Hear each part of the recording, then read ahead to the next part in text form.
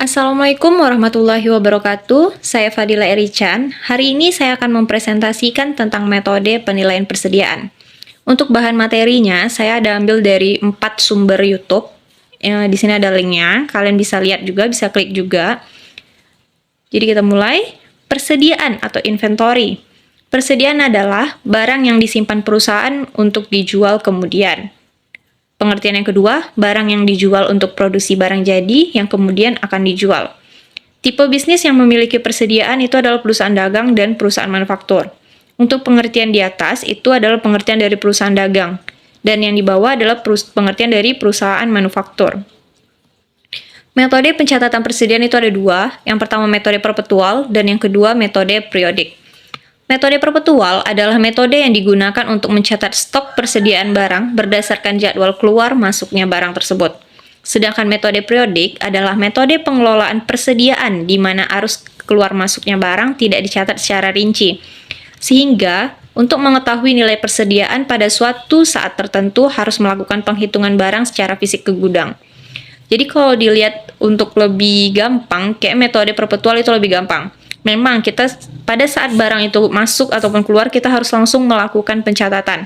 Tapi untuk di akhir periode atau di saat kita ingin melihat stok barang berapa di gudang, itu lebih gampang menggunakan metode perpetual. Karena kalau kita menggunakan metode periodik, kita harus lihat dulu berapa barang yang ada di gudang. Kita harus melakukan pengecekan ke sana. Jadi untuk lebih simpel sebenarnya menggunakan metode perpetual. Tapi untuk kedua metode ini tergantung perusahaan yang pakai yang mana.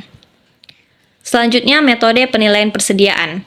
Metode penilaian persediaan ini digunakan untuk menghitung nilai akhir di gudang. Jadi dia ada 3 metode untuk menentukan nilai akhir di gudang, yaitu metode FIFO, LIFO, dan average. Beda metode yang digunakan, beda pula hasil akhirnya. Itu juga tergantung perusahaan yang mau pakai yang mana. Metode penilaian persediaan akhir akan mempengaruhi kualitas laporan keuangan. Semakin real laporan keuangan, maka laporan keuangan tersebut akan semakin baik karena kita dapat mengetahui kondisi keuangan yang sebenarnya. Metode persediaan ini bisa dimanipulasi karena persediaan yang dinilai terlalu tinggi akan meningkatkan laba. Sedangkan persediaan yang dinilai terlalu rendah akan menurunkan laba. Sehingga kita harus mencatatnya dengan baik untuk mengetahui kondisi keuangan perusahaan yang sebenarnya. Yang pertama metode FIFO. Metode ini menghitung barang yang pertama kali kita beli atau pertama yang masuk gudang, itu yang akan kita jual pertama kali. First in, first out. Jadi yang pertama, barang yang pertama kali masuk itu yang pertama kali kita jual. Contohnya, ada barang yang masuk 3 nih. Yang pertama 1000 unit, yang kedua 2000 unit, dan yang ketiga 3000 unit. Lalu kita mau menjual 1000 unit, maka barang yang pertama kali kita jual adalah yang pertama masuk tadi, yang 1000 unit. Bukan yang 3000 unit. Karena dia first in, first out. Selanjutnya untuk yang kedua, metode LIFO. Metode ini menghitung barang yang terakhir dibeli atau metode yang yang barang terakhir masuk gudang, itu yang akan langsung kita jual ketika ada transaksi penjualan. Contohnya, barang pertama 1000 unit dengan harga 1000, barang kedua 1000 unit dengan harga 1200 dan yang ketiga 1000 unit dengan harga 1500. Maka, ketika terjadi transaksi, pertama yang kali kita jual adalah barang yang terakhir. Barang yang terakhir masuk itu yang kita jual, karena dia last in, first out. Jadi yang kita jual adalah 1000 unit dengan harga 1500. Yang ketiga ada metode average, yaitu menghitung berdasarkan rata-rata. Contohnya kayak gini, ada stok di gudang kita 1000 unit, totalnya 1 juta. Terus kita beli lagi nih 1000 unit dengan total 500.000. Maka 1.500.000 dibagi 2000 unit, dapatlah harga satuannya. Di perusahaan, di bagian gudang itu ada namanya kartu stok. Kartu stok itu berisi gambaran keadaan barang kita di gudang.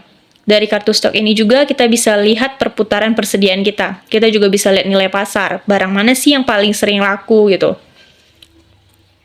Untuk mencari sisa persediaan, kita bisa menggunakan rumus persediaan awal ditambah barang masuk dikurang barang yang keluar. Dalam menyusun kartu stok, baik barang keluar maupun barang masuk harus ada bukti transaksinya. Bukti transaksi barang masuk itu seperti bon pembelian, bon pengantaran barang dari supplier, ataupun bon direktur penjualan. Kalau bukti barang keluar itu seperti bon penjualan, surat pengantar barang ke customer, maupun bon retur pembelian. Bukti ini tuh wajib ada untuk menyusun kartu stok Jadi itu kayak bukti gitu. Jadi kalau misalnya nanti atasan kita nanya, ini tuh dari mana barangnya, ini tuh dari mana ininya. Jadi kita ada bukti untuk menentukannya gitu. Ini ada contoh soal FIFO periodik. Soalnya, perusahaan mencatat persediaan barang dagang dengan metode periodik atau metode fisik. Berikut data yang diperoleh selama April 2018. Persediaan awal 200 unit dengan harga 9.000. 10 April pembelian 300 unit 10.000. 21 April pembelian 400 unit 11.000. 23 April pembelian 100 unit 11.500. 30 April persediaan akhir 300 unit. Hitunglah nilai akhir 30 April 2018. Berarti kita harus mencari nilai persediaan akhir. Di sini ada jawabannya. Pertama kita cari dulu satu persatu. Kita hitung dari persediaan awal. 200 unit dikali 9.000. 9.000 itu harga per unitnya. Jadi 9.000 dikali 200 unit dapat harganya 1.800.000. Kita kalikan masing-masing, terus kita total ke bawah. Dapatlah persediaan terjual akhir periode 1.000 unit. Dikurang 300 unit. 300 unit itu dari mana? Dari soal yang 30 April tadi. Itu ada persediaan akhir sebanyak 300 unit. Jadi 1.000 dikurang 300 unit, dapatlah 700 unit. Habis itu kita hitung persediaan akhir 300 unit itu dapat dari mana? Karena ini persediaan akhir, jadi kita ambil yang di bawah dulu. 200 unit, 11.000. Ini dari yang 400 unit kali 11.000 ini kita ambil 200 unitnya. Dapat harganya 2.200.000. Habis itu 100 unit 11.500. Ini ada yang paling bawah banget, yang pembelian bawah banget, itu dapatlah harganya 1.150.000. Jadi nilai persediaan akhirnya 2.200.000 ditambah 1.150.000 dapatlah 3.350.000. Habis itu kita cari HPP atau harga pokok penjualan. Rumusnya adalah barang tersedia untuk dijual dikurang persediaan akhir.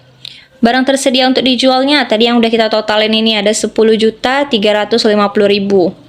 Terus persediaan akhir udah kita cari juga tadi 3.350.000. Jadi 10.350.000 dikurang 3.350.000 dapatlah harga pokok penjualannya 7 juta rupiah. Untuk selanjutnya ada soal metode FIFO. FIFO juga, tapi bedanya ini perpetual. Kalau yang tadi periodik, kalau yang ini perpetual. Di sini ada soalnya, bisa dibaca. Lanjut kita ke jawabannya langsung. Di sini ada pertama yang kita catat itu 1 April 2024. Saldo 200 unit. Dapat dari mana? Dari soal. Yang persediaan awal 200 unit dengan harga 9.000, kita masukkan ke saldo kalau dia persediaan awal. Jadi 200 unit dikalikan harga 9.000 dapatlah totalnya 1.800.000. Habis itu tanggal 3 April 2024 pembelian. Kita lihat soal tadi. Pembelian 300 unit dengan harga 10.000. Jadi kita masukkan ke pembelian 300 unit dengan harga 10.000, totalnya 3 juta. Habis itu kita tambah ke persediaannya, 200 unit yang persediaan awal, habis itu 300 unit yang dari pembelian. Berarti kita udah punya 500 persediaan kita. Terus tanggal 5 April 2024, terjadi penjualan 300 unit dengan harga 15.000. Karena dia first in, first out, jadi barang yang pertama kali masuk itu yang pertama kali kita jual. Kita tadi jual 300 unit. Jadi kita ambil yang persediaan kita yang paling atas, yang 200 unit, itu kita jual pertama. Habis itu ada persediaan kita 300. 300 ini karena kita cuma dijual 100 unit lagi, jadi kita ambil 100-nya aja. Karena kita cuma jual 300. Jadi 200 dikali 9.000 dapat 1.800.000 dan 100 dikali 10.000 dapat harga 1 juta. Sesuai dengan kita udah tadi jual 300 unit. Untuk selanjutnya caranya sama saja, bisa dibaca juga. Terus kita lihat harga pokok penjualan. Rumusnya sama seperti tadi, persediaan awal ditambah pembelian bersih dikurang persediaan akhir.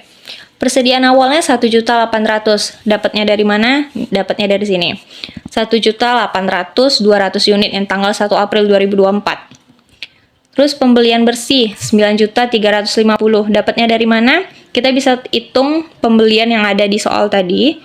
Semua total pembeliannya itu yang kita hitung. Dapatlah harga 9.350.000. Persediaan awal 1.800.000 ditambah dengan pembelian bersih 9.350.000, dapatlah barang tersedia dijual 11.150.000. Terus persediaan akhirnya 1.200.000 dapat dari mana? Dari soal yang udah kita cari tanggal 25 April 2024. Itu ada 1.200.000 totalnya. Barang tersedia dijual, kita kurang dengan persediaan akhir, maka dapatlah harga pokok penjualannya 9.950.000. Terus ada laba kotor. Rumus mencari laba kotor itu penjualan bersih dikurangin dengan HPP. Penjualan bersih 15.500.000 dapat dari mana? Kita bisa cari di sini. Ini ada penjualan-penjualan. Jadi kita hitung penjualannya aja. Kalau tadi kita hitung pembelian aja, kalau ini kita hitung penjualannya aja. Maka dapatlah penjualannya 15.500.000. HPP 9.950.000 dapat dari yang udah kita cari tadi. HPP 9.950.000. Jadi laba kotor, penjualan bersih dikurang HPP, dapatlah laba kotornya 5.550.000. Yang kedua, ada contoh metode average atau biaya rata-rata. Tapi ini menurut pencatatannya periodik. Jadi di sini ada contoh soalnya. 1 April persediaan awal 200 unit dengan harga 9.000. 10 April pembelian 300 unit dengan harga 10.000. 21 April pembelian 400 unit dengan harga 11.000. 23 April pembelian 100 unit dengan harga 11.500. Persediaan akhir tanggal 30 April 2018 itu sebanyak 300 unit. Yang diminta, hitunglah nilai persediaan akhir 30 April 2018. Di sini udah ada jawabannya, rata-rata tertimbang. Pertama kita cari dulu nilai persediaan akhirnya. Ada rumusnya, persediaan barang akhir dikali total biaya persediaan barang dibagi total unit. Total persediaan akhir. Nilai persediaan akhirnya 300 unit persediaan barang akhir didapat dari soal yang 30 April 2018, itu ada persediaan akhir 300 unit. Dikali 10.350.000 dibagi 1.000 unit. Itu didapat dari menjumlahkan total yang dari soal tadi. Yang persediaan awal pembelian itu ditotal semuanya. Dapatlah hasil nilai persediaan akhirnya 3.105.000. Selanjutnya kita cari HPP. HPP itu rumusnya barang tersedia untuk dijual dikurangi dengan persediaan akhir. Barang tersedia untuk dijualnya 10.350.000. Dikurangi dengan persediaan akhir yang udah kita cari tadi 3.105.000, maka didapatlah HPP-nya 7.245.000. Selanjutnya ini ada soal metode average juga, sama dengan yang tadi, bedanya ini yang perpetual, kalau yang tadi periodik. Di sini ada soalnya 1 April 2024 persediaan awalnya 200 unit, harganya 9.000. 3 April pembelian 300 unit 10.000. 5 April penjualan 300 unit 15.000. 7 April penjualan 100 unit 15.000.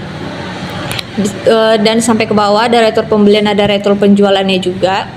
Jadi yang diminta di sini adalah hitunglah nilai persediaan barang akhir dan harga pokok penjualan serta laba kotor. Yang pertama kita cari itu nilai persediaan barang akhirnya dengan metode average perpetual. Jadi di sini ada kartu stok. Bisa kita lihat di tanggal 1 April 2024 itu ada saldo persediaannya 200 dengan harga 9.000 per unitnya. Jadi 200 dikali 9.000 dapatlah totalnya 1.800.000. Terus di tanggal 3 dia ada pembelian 300 unit, harganya 10.000. Sesuai dengan soal, 300 unit dikali 10.000 dapatlah totalnya 3 juta. Tadi persediaan awal kita udah ada 200. Terus kita beli lagi barang 300, maka persediaan kita menjadi 500. Untuk harga per unitnya itu didapat 9.600 karena dia rata-rata, jadi kita harus membagi. Kita bagi total yang tadi, total saldo kita tuh yang 4.800.000 kita bagikan dengan 500 total unit. Jadi total harga dibagi total unit, maka dapat harga per unitnya 9.600. Terus di tanggal 5 April dia melakukan penjualan 300 unit. Jadi kita masukkan 300 dikali harga per unit yang udah kita cari tadi 9.600, maka didapatlah totalnya 2.880.000. Terus saldo kita, karena tadi sisa saldo 500, terus kita melakukan penjualan 300, maka sisa saldo kita menjadi 200. Harganya masih tetap kita pakai dengan harga 9.600. Harga 9.600 ini masih kita pakai juga untuk penjualan di tanggal 7, tapi di tanggal 10 kita melakukan pembelian lagi. Jadi saldo kita yang tadi sisa 100 tanggal 7 ditambah dengan pembelian di tanggal 10 itu 300, menjadi sisa saldo kita menjadi 400. Terus harga per unitnya berubah. Jadi setiap kita melakukan pembelian itu harga per unitnya berubah. Kita hitung ulang lagi harga per unitnya. Jadi total yang 4.260.000 itu kita bagi dengan 400, maka didapatlah harga per unitnya 10.650. Kayak gitu seterusnya sampai dapat total akhirnya 950 dengan harga 9.996.655. Terus di sini ada kita menghitung harga pokok penjualan. Harga pokok penjualan di sini ada rumusnya, persediaan awal ditambah pembelian bersih dikurang persediaan akhir. Di sini persediaan awalnya 1.800.000. Didapat dari mana? Udah ada di soal tadi. Terus pembelian bersihnya, pembelian bersih kita tinggal hitung pembelian bersihnya berapa. Kita total pembelian-pembelian yang ada, dapat hasilnya 9.350.000. Barang tersedia untuk dijual, persediaan awal ditambah dengan pembelian bersih, maka didapatlah barang tersedia untuk dijualnya 11.150.000. Persediaan barang akhirnya, di sini ada persediaan barang akhirnya, udah kita cari yang pas persediaan akhir bawah tadi, tanggal 25 April, 1.153.330. Jadi harga pokok penjualannya adalah barang tersedia untuk dijual, kita tambah dengan persediaan akhir, maka didapatlah 9.996.670. Selanjutnya kita hitung laba kotor. Di sini rumus laba kotornya adalah penjualan bersih dikurangin dengan HPP. Penjualan bersih itu kita dapat dengan menjumlahkan yang penjualan-penjualan tadi. Didapatlah hasilnya 15.500.000. Dikurangi dengan HPP yang udah kita cari tadi, 9.996.670. Dapatlah laba kotornya 5.503.330. Udah selesai presentasi saya hari ini. Apabila ada kesalahan mohon maaf. Assalamualaikum warahmatullahi wabarakatuh.